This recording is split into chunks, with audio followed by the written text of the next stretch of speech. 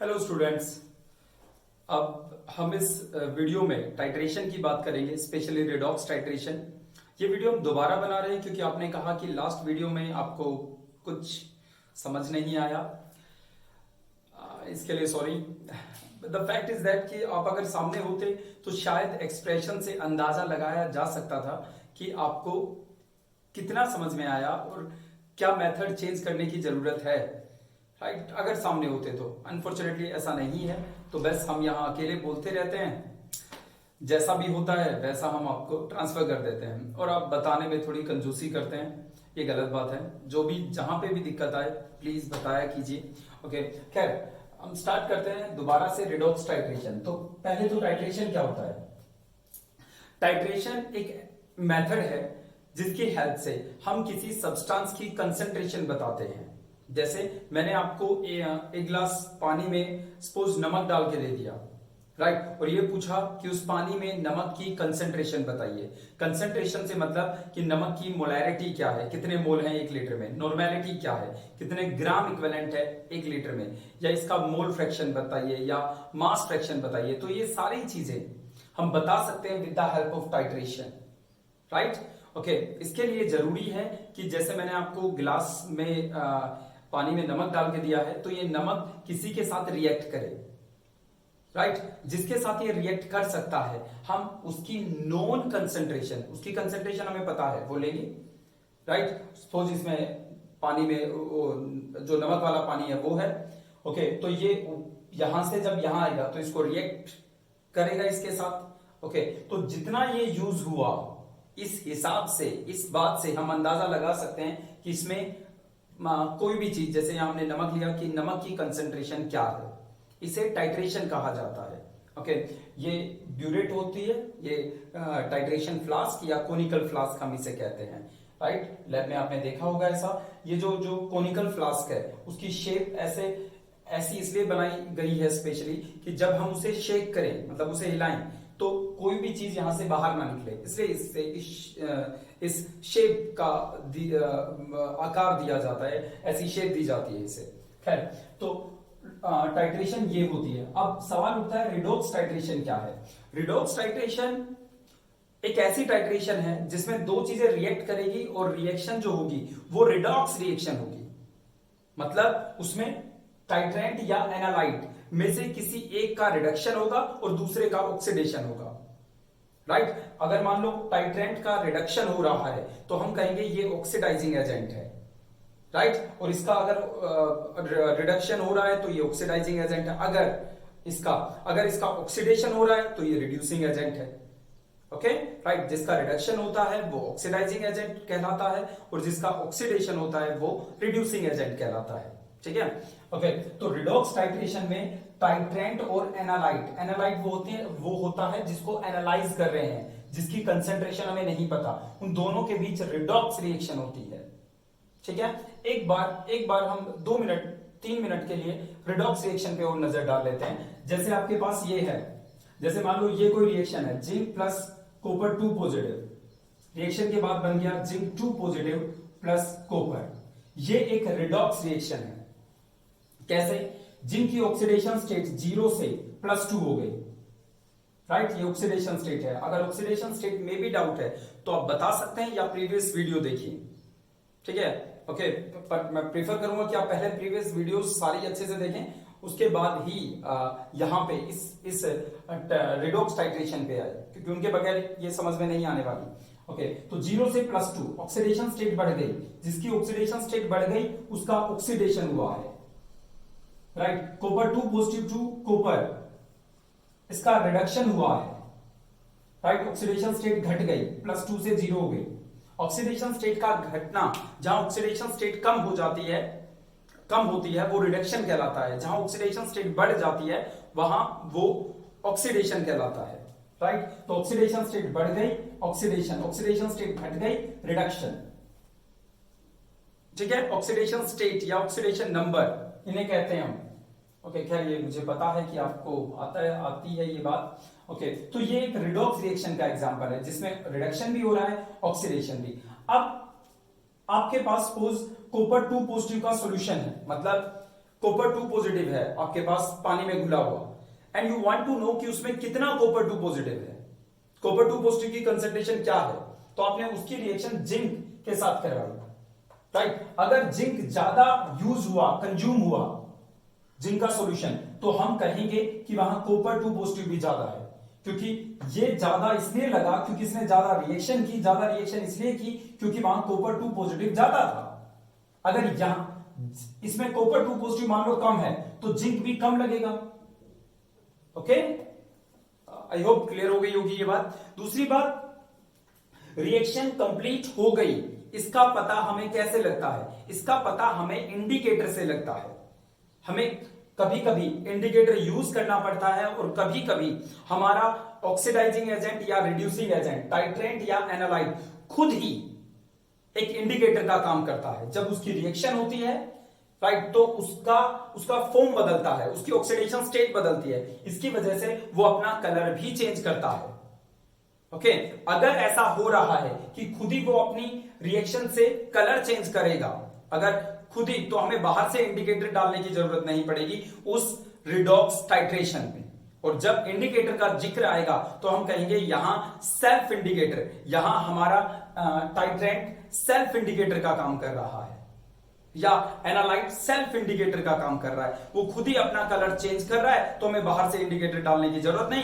Colour change जैसे ही पूरा हो जाएगा हमें पता लग जाएगा पूरी रिएक्शन हो गई। पूरी रिएक्शन हो गई तो इसका मतलब इतना ये लगा है, मान लो इतना जब ये यूज हुआ तो पूरी रिएक्शन कंप्लीट हो गई, तो इतना यूज हुआ, दैट्स इट, इतना यूज हुआ है तो यहां पे ये इतना है। ओके, कुछ इस तरह से हम टाइट्रेशन करते हैं। ठीक है, एक और रिडॉक्स रिएक्शन में एक बार दिखाना चाहूंगा आपको। सपोज आपके पास है पोटाशियम डाइक्रोमेट, पोटाशियम के डाइक्रोमेट Cr2O7, इसे डाइक्रोमेट कहते हैं। 2 नेगेटिव इस पे चार्ज होता है, पोटाशियम पे +1 चार्ज होता है, राइट। ये ओवरऑल मैं चार्ज बता रहा हूं, Cr2O7 पे 2 नेगेटिव चार्ज होता है, तो बैलेंस करने के लिए इसे 2 से मल्टीप्लाई करेंगे, तो ये है पोटाशियम डाइक्रोमेट का फॉर्मूला K2Cr2O7। ठीक है, ये मेरा पोटाशियम डाइक्रोमेट है। तो अगर suppose Cr2O7 2 negative, potassium dichromate का सिर्फ मैं डाइक्रोमेट आयन लिख रहा हूं, इसकी रिएक्शन मैं फेरस के साथ करवाता हूं, okay, in presence of acid, तो ये रिएक्शन होती है Cr+3 प्लस Fe+2 से +3 हो गया प्लस H2। मैं इसको बाद में बैलेंस करेंगे, पर पहले ये देखिए क्या ये रिडॉक्स रिएक्शन है। ये जानने के लिए कि ये रिडॉक्स रिएक्शन है या नहीं, आप हर एक एलिमेंट की ऑक्सीडेशन स्टेट देखें। अगर ऑक्सीडेशन स्टेट बदल रही है रिएक्टेंट से प्रोडक्ट में जाते टाइम, तो वो रिडॉक्स रिएक्शन है। अगर ऑक्सीडेशन स्टेट सेम है तो वो नॉन रिडॉक्स रिएक्शन है, नॉन रिडॉक्स। ठीक है, देखिए बच्चों, Cr2O7 2 नेगेटिव, क्रोमियम की ऑक्सीडेशन स्टेट निकालते हैं। मान लो क्रोमियम की ऑक्सीडेशन स्टेट X है, ऑक्सीजन की -2, 99.9% हम -2 लेंगे, Fe की +2। ओके, क्रोमियम की निकालते हैं। एक क्रोमियम पे X चार्ज है, ऑक्सीडेशन स्टेट का मतलब एक एलिमेंट पे चार्ज, यानी एक पे X चार्ज है, तो 2 क्रोमियम है तो 2 पे हो गया 2X, प्लस एक ऑक्सीजन पे -2 है, -2 इंटू 7। ओवरऑल अगर मैं चार्ज की बात करूं तो -2, भाई -2 चार्ज है ओवरऑल, राइट। तो ये 14 उस साइड जाकर +14 +12, X की वैल्यू आ जाएगी +6, यानी क्रोमियम की ऑक्सीडेशन स्टेट यहां +6 है। ओके, क्रोमियम की ऑक्सीडेशन स्टेट +6 है। क्रोमियम की ऑक्सीडेशन स्टेट +6, Fe की +2, यहां क्रोमियम की ऑक्सीडेशन स्टेट +3, +6 से +3, ऑक्सीडेशन स्टेट घट गई, घटने का मतलब रिडक्शन हुआ है, रिडक्शन का मतलब ये ऑक्सीडाइजिंग एजेंट है। Fe+2 से +3 बढ़ गई, मतलब ऑक्सीडेशन हुआ है। इसका रिडक्शन, इसका ऑक्सीडेशन, राइट, इसका ऑक्सीडेशन, इसका रिडक्शन। और अगर वहां रिडक्शन ऑक्सीडेशन हो रहा है तो यस, वो रिडॉक्स रिएक्शन है। तो ये एक रिडॉक्स रिएक्शन का एग्जांपल है। ओके बच्चों, चलिए अब कुछ और करते हैं। देखो, +6 से +3 कितना चेंज आया ऑक्सीडेशन स्टेट में? +6 से +3 तो 3 का चेंज आया। इसका मतलब इसने 3 इलेक्ट्रॉन या तो ले लिए राइट, या लूज कर दिए, या तो रिड्यूस हो गया या ऑक्सीडाइज हो गया। Loss of electron is called oxidation, gain of electron is called reduction. तो +6 से +3, तो बताइए अगर किसी पे +6 से +3 चार्ज आ गया तो चार्ज कम हो गया, तो उसने इलेक्ट्रॉन लिए होंगे ना। ओके, तो क्रोमियम ने +6 से +3 बनते टाइम इलेक्ट्रॉन ले लिए 3 एक क्रोमियम ने, क्योंकि ये एक क्रोमियम का चार्ज है, ये एक क्रोमियम का चार्ज है। राइट, चार्ज ही ऑक्सीडेशन नंबर है, तो कंफ्यूज मत होना कभी मैं चार्ज कभी ऑक्सीडेशन स्टेट या कभी ऑक्सीडेशन नंबर कहूं तो। ओके, वो सब एक ही बात है। +6 से +3, तो 3 इलेक्ट्रॉन इसने ले लिए। राइट, Fe ने लूज किए, इसने गेन किए एक क्रोमियम में, बट मेरे पास तो 2 क्रोमियम है डाइक्रोमेट में, यानी इसका मतलब इसने टोटल 6 इलेक्ट्रॉन लिए। राइट, 6 इलेक्ट्रॉन लेने का मतलब Fe कितने इलेक्ट्रॉन लूज कर रहा है? एक। अब 6 इलेक्ट्रॉन के लिए मुझे 6 Fe चाहिए। राइट, तो यहां 6, यहां 6, यहां 2, ये 2। Okay, chromium 2, chromium 2, 6 Fe, 6 Fe, H। Okay, oxygen कितना है? 7, इस साइड 7H2O, क्योंकि 7 ऑक्सीजन होंगे। अब लास्ट में हाइड्रोजन देख लो, 7 2 जा 14 प्लस 14H पॉजिटिव।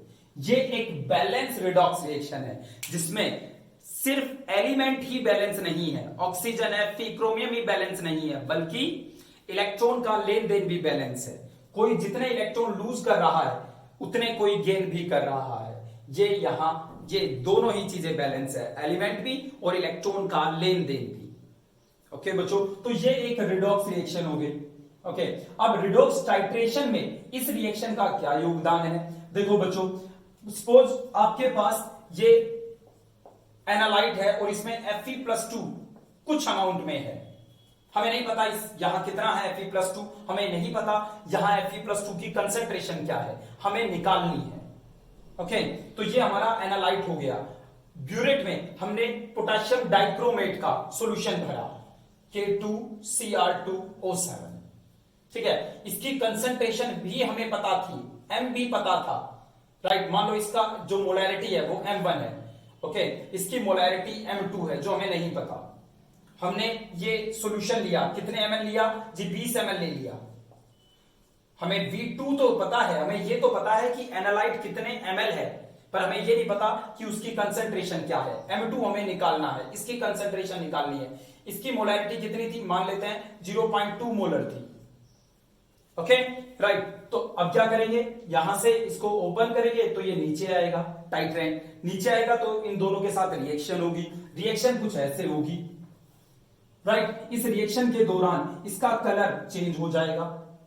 ओके, जब कलर चेंज हो जाएगा कंप्लीटली चेंज हो गया, राइट, या Fe+2 का कलर चेंज होगा क्योंकि वो +2 से +3 बन रहा है। जब ये कलर कंप्लीटली चेंज हो जाएगा मतलब Fe+2 कंप्लीटली खत्म हो गया।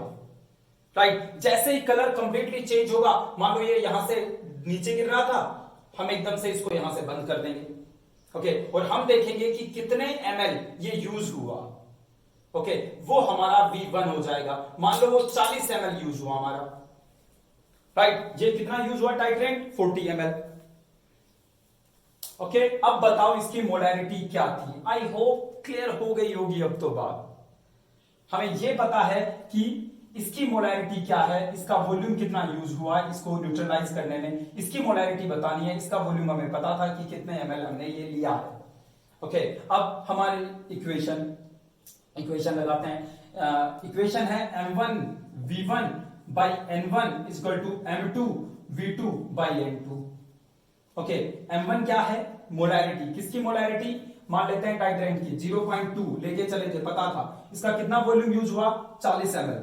N1 क्या है? N1 है जैसे M1V1 मतलब ये K2Cr2O7 की मोलैरिटी है, तो इसका जो कोफिशिएंट है, यहां कोफिशिएंट 1 है तो ये 1 रहेगा, = M2। M2 मतलब इसकी मोलैरिटी कितनी है, यही तो निकालनी है। V2 इसका कितना वॉल्यूम लेके चले थे? 20/N2। N2 मतलब इसका कोफिशिएंट 6, ये जो कोफिशिएंट है ये, यहां से हम M2 निकाल सकते हैं, हम यहां से इसकी कंसेंट्रेशन निकाल सकते हैं। ओके, न्यूमेरिकल में वो इसकी मोलैरिटी भी दे देगा।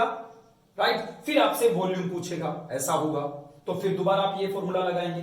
मोलैरिटी पता है, वॉल्यूम तक पहुंचना है, दैट्स इट। Okay right. तो ये हमारा फॉर्मूला बड़े काम का है, M1V1 by M1 equal to M2V2 by N2। Done बच्चों। ओके अब कुछ और काम करते हैं इसके साथ कुछ और काम करते हैं। देखिए ओके मुझे एक बात बताओ बच्चों, इसका नॉर्मेलिटी कितना है? इस सॉल्यूशन की मोलैरिटी ये है, तो नॉर्मेलिटी बताओ। अब नॉर्मेलिटी और मोलैरिटी में रिलेशन होता है नाम, N इक्वल टू अल्फा है। अल्फा क्या होता है? अल्फा होता है ये कितने इलेक्ट्रॉन लूज या गेन करेगा, इसका एक मोल। इसका एक मोल कितने इलेक्ट्रॉन लूज या गेन करेगा। जब ये +6 से +3 होता है तो ये 3 इलेक्ट्रॉन गेन करता है।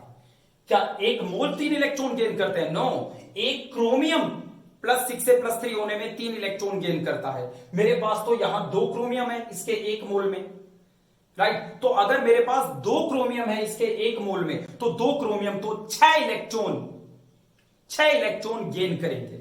इसका एक मोल 6 इलेक्ट्रॉन गेन करेगा, और अगर इसका एक मोल 6 इलेक्ट्रॉन गेन कर रहा है तो अल्फा 6 है। तो नॉर्मेलिटी हो गई 6 इंटू मोलैरिटी 0.2, यानी 1.2 नॉर्मल है इसकी मोलैरिटी। ठीक है, तो आप ये भी फॉर्मूला लगा सकते हैं N1V1 इक्वल टू N2V2। इस फॉर्मूले को लगाने के टाइम आपको कोफिशिएंट देखने की कोई जरूरत नहीं पड़ेगी। ओके कोई ये कोफिशिएंट देखने की जरूरत नहीं पड़ेगी। तो N1V1 इक्वल टू N2V2। अब यहां देखो नॉर्मेलिटी किसकी है, कितनी है, सॉरी 1.2, अब ये भी निकाली थी नाम। ओके इसका वॉल्यूम कितना यूज हुआ जी, 40 ml इक्वल टू इसकी नॉर्मेलिटी कितनी है वो निकालनी है, इनटू V2 कितना वॉल्यूम लेके चले थे 20, तो इसकी नॉर्मेलिटी भी आप निकाल सकते हैं। ठीक है, इसकी नॉर्मेलिटी भी निकाल सकते हैं। अच्छा ये बताओ बच्चों, इसका अल्फा फैक्टर कितना है? Fe का अल्फा फैक्टर कितना है? Fe +2 से +3, यानी एक Fe एक इलेक्ट्रॉन लूज कर रहा है, राइट। ये तो 6 मोल, तो 6 इलेक्ट्रॉन लूज कर रहे हैं, बट अगर मैं एक मोल की बात करूं तो वो तो एक ही इलेक्ट्रॉन या एक मोल इलेक्ट्रॉन लूज कर रहा है, और जो ये एक मोल जितने इलेक्ट्रॉन लूज या गेन करेगा वो इसका अल्फा फैक्टर होगा। तो बेझिझक बिना किसी हेजिटेशन के आप कह सकते हैं कि इसका अल्फा फैक्टर 1 है, और जिसका अल्फा फैक्टर 1 होता है उसकी जो नॉर्मेलिटी होती है वही उसकी मोलैरिटी होती है, और जो मोलैरिटी होती है वही उसकी नॉर्मेलिटी होती है। तो ये है बच्चों रिडॉक्स टाइट्रेशन, हम कुछ ऐसे करते हैं। ओके अब हम पढ़ते हैं टाइप्स ऑफ रिडॉक्स रिएक्शन, या types of redox titration, I am sorry not redox reaction, types of redox titration. देखिए ये फॉर्मेलिटी है बस, टाइप्स, बस आपको ये चीज समझ में आनी चाहिए। टाइप्स ऑफ रिडॉक्स टाइट्रेशन में ये जो टाइप्स है ये इस बेस पे डिवाइड की गई है कि कहां पे कौन सा एनालाइट यूज कर रहे हैं। ठीक है, जैसे सबसे पहली जो टाइप्स ऑफ रिडॉक्स टाइट्रेशन है वो है पोटेशियम पर मैग्नेट टाइप K2MnO4 टाइट्रेशन। इसका नाम है पोटेशियम पर मैंगनेट होता है, वैसे तो नाक से आवाज आती है मैंगनेट, ओके, बट हम पोटेशियम पर मैग्नेट कहते हैं, खासकर हम हरियाणा वाले जो जी वगैरह को ज्यादा ट्विस्ट नहीं करना चाहते वो पोटेशियम पर मैग्नेट ही बोलते रहते हैं, मैं भी वही बोलूंगा पोटेशियम पर मैग्नेट टाइट्रेशन, जिसमें पोटेशियम पर मैग्नेट KMnO4 जो K2MnO4 होता है वो होता है पोटेशियम मैग्नेट, ये होता है पोटेशियम पर मैग्नेट। ओके पोटेशियम पर मैग्नेट KMnO4 टाइट्रेशन, K2MnO4 भी होता है, वहां Mn की ऑक्सीडेशन स्टेट +6 होती है। ओके खैर KMnO4 टाइट्रेशन पोटेशियम पर मैग्नेट टाइट्रेशन, यहां पे हमारा पोटेशियम पर मैग्नेट ऑक्सीडाइजिंग एजेंट का काम करेगा, खुद रिड्यूस हो जाएगा, किसी दूसरे को ऑक्सीडाइज कर देगा। ठीक है, आई होप ये बात क्लियर होगी। यहां पे हम पोटेशियम परमैग्नेट लेंगे, उसकी मोलैरिटी हमें पता होगी, उसका वॉल्यूम हमें निकालना पड़ेगा कि कितना यूज होगा। यहां हम एनालाइट लेंगे जिसकी कंसेंट्रेशन हम बताना चाहते हैं, ये दोनों मिलकर KMnO4 और वो दूसरी चीज आपस में रिडॉक्स रिएक्शन करेंगे, राइट। रिडॉक्स रिएक्शन के बाद जब रिएक्शन कंप्लीट हो जाएगी तो KMnO4 खुद एक सेल्फ इंडिकेटर का काम करता है, उसका कलर वायलेट से ग्रे या रेडिश ब्राउन हो जाता है, जो इस बात को इंडिकेट करता है कि ये हाँ रिएक्शन कंप्लीट हो चुकी है, यहां पे जो चीज थी वो सारा रिएक्ट कर चुका है। जैसे हमें कलर चेंज मिलेगा हम इसको रोक देंगे, देखेंगे कितना वॉल्यूम यूज हुआ, इसका मोलैरिटी हमें पता थी, इसका वॉल्यूम हमने बता दिया, इसका वॉल्यूम हमें पता होगा, इसकी मोलैरिटी हम निकाल देंगे। ओके, एक एग्जांपल करते हैं, जैसे KMnO4, KMnO4 का जो MnO4 है वही लेंगे क्योंकि यही है जो रिड्यूस या जो रिड्यूस होने वाला है। K पॉजिटिव जैसा था वैसा ही रहेगा, तो हम उसको लिखना जरूरी नहीं समझेंगे। MnO4 नेगेटिव, फेरस राइट ये इसको ऑक्सीडाइज करेगा, plus H positive acidic medium में रिएक्शन होगी, MnO4 नेगेटिव से Mn+2 मिल जाएगा हमें, फेरस से फेरिक मिल जाएगा और H पॉजिटिव वाटर में बदल जाएगा। ओके राइट, ये हम एक छोटा सा एग्जांपल ले रहे हैं कि KMnO4 टाइट्रेशन में KMnO4 कैसे काम करता है। बैलेंस करेंगे, Mn की ऑक्सीडेशन स्टेट देखो, +7 से +2 क्या हुआ है, ऑक्सीडेशन स्टेट घटी है, इसका मतलब इसका रिडक्शन हुआ है। फेरस +2 से +3, इसने 1 इलेक्ट्रॉन लूज किया, +7 से +2 5 इलेक्ट्रॉन गेन किए, इसने 1 इलेक्ट्रॉन लूज किया। बहुत नाइंसाफी है, 5 आए कहां से, जब इसने लूज ये किया है। कोई बात नहीं, हम इसको 5 कर देते हैं। अब ये 5 लूज कर रहा है, ये 5 गेन कर रहा है। ओके, ऑक्सीजन की बात करते हैं, 4 ऑक्सीजन यहां कितने हैं, एक ही है, तो 4 H2O कर दिए, 4 दूनी 8 H पॉजिटिव। ये आप आगे करोगे राइट, बट 11 तारीख से पहले आपको रिएक्शन थोड़ी बहुत तो आनी चाहिए और वो आ जाएगी, कोई बड़ी बात नहीं है। ओके, पहले रिएक्शन अगर है तो न्यूमेरिकल निकालना सीखेंगे। रिएक्शन अगर है तो पहले न्यूमेरिकल निकालना सीखेंगे, उसके बाद रिएक्शन आती रहेगी। चलिए बच्चों, अब एक बात बताओ, मान लेते हैं इसकी मोलैरिटी, यहां KMnO4 था राइट, इसकी मोलैरिटी है M1, मान कह देते हैं इसे 0.1 मोलर, इसका वॉल्यूम यूज हुआ 10 ml। यहां पे हम 20 ml वॉल्यूम लेके चले थे, 20 ml। हमें यह बतानी है कि इसकी मोलैरिटी क्या है। लगाइए formula, M1V1/N1, M1V1/N1 is equal to M2V2/N2। इस फॉर्मूले का पूरा डीएनए एनालिसिस हमने अगली वीडियो में किया है, जो लास्ट वीडियो आपको पहुंची है, जिसमें 5th न्यूमेरिकल किया है, 5th सिर्फ एक न्यूमेरिकल किया हमने। वहां हमने ये देखा है कि ये फॉर्मूले कहां से आते हैं, तो इन फॉर्मूले की ABCD समझने के लिए वो वीडियो देखें, N1V1 वो फॉर्मूला कहां से आता है, ये कहां से आता है, वहां हमने बात की है। चलिए बच्चों, MnO4 इसकी मोलैरिटी कितनी है, 0.1, वॉल्यूम कितना है, वॉल्यूम 10 ml यूज हुआ है, N1 कितना है, कोफिशिएंट 1 है, इज इक्वल टू M2 कितना है, वही तो निकालना है, सॉरी, वॉल्यूम कितना 20 ml लेके चले थे जी, इसका कोफिशिएंट ये 5 है, तो यहां 5 लिखेंगे। यहां से हम M2 की वैल्यू निकाल सकते हैं, बच्चों। ओके, तो ये थी रिडॉक्स टाइट्रेशन की पहली टाइप, KMnO4 टाइट्रेशन, जहां KMnO4 रिड्यूसिंग एजेंट का काम करता है, दूसरे को ऑक्सीडाइज करता है। नेक्स्ट है potassium dichromate titration. Potassium dichromate titration में हमारा पोटेशियम डाइक्रोमेट का फॉर्मूला K2Cr2O7।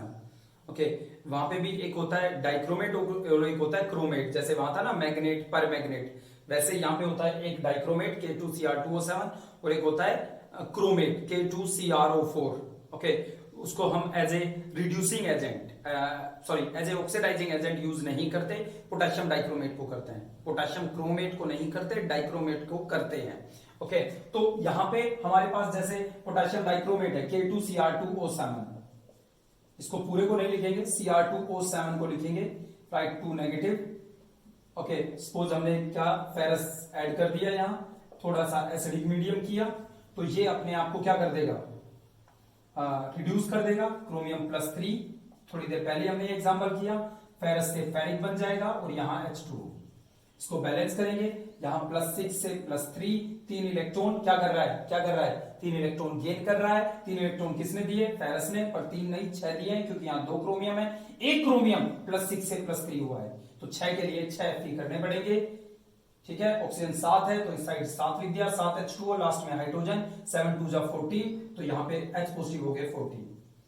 ओके, अब आपको पता है इसका अल्फा फैक्टर वैसे तो 3 है, इसका अल्फा फैक्टर 1 है, बट मोलैरिटी गिवन है तो फॉर्मूला लगाएंगे M1 V1 by N1 coefficient 1, M2 V2 by N2, N2 कितना है, कोफिशिएंट 6 है, ये यहां लिखेंगे। ओके, इससे हमें इन चारों में से किसी की भी वैल्यू निकालनी है, हम निकाल लेंगे। नेक्स्ट है बच्चों third titration, ceric sulphate titration. Ceric word आया है सीरियम से।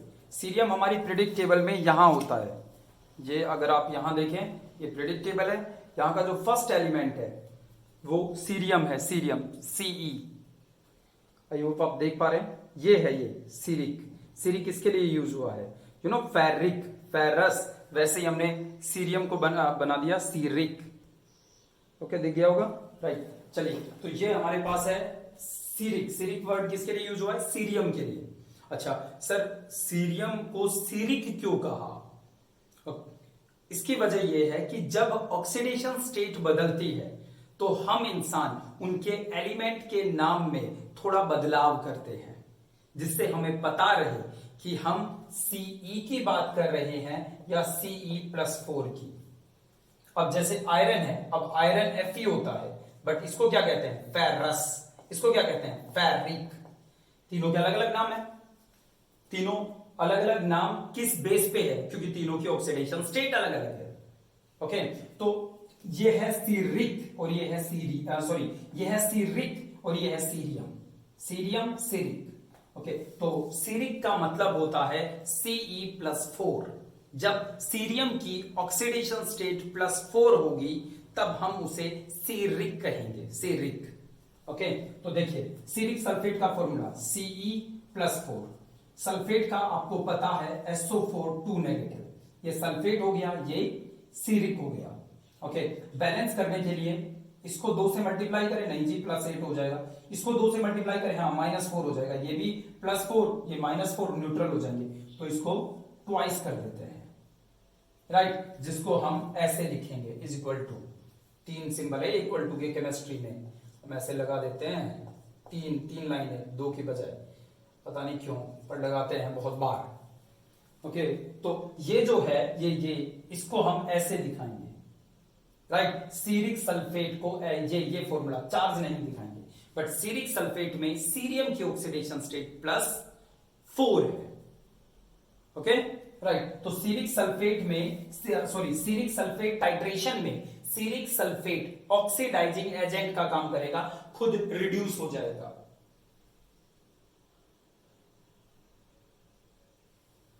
खुद रिड्यूस होगा तो बताइए, देखो मान लो हमने सीरिक सल्फेट, बहुत आसान सा एक है ये एग्जांपल गिवन है, मैं यही देख रहा था कौन सा एग्जांपल है यहाँ।